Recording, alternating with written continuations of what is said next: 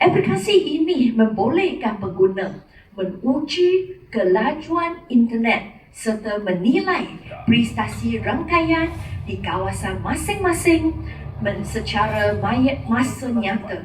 Lebih penting lagi, aplikasi ini turut memberi peluang kepada masyarakat untuk menyumbang data prestasi rangkaian sebenar di lokasi mereka.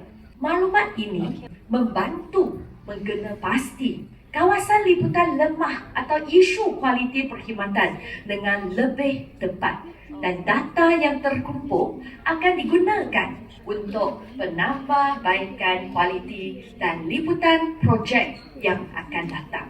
Just what it just says. I mean, you can use it for public complaints, no problem at all. The only thing is we do not identify your telephone number and who you are when you use the app to protect your identity. But if you choose to make it into a complaint to MCMC, yes, please go ahead and do it. Yes. And the channels are all open, and this provides evidence. So it's not about my signal is poor, but I've actually got a measurement. I've got actually a measurement on a designated app by the regulator, and therefore you have to take action.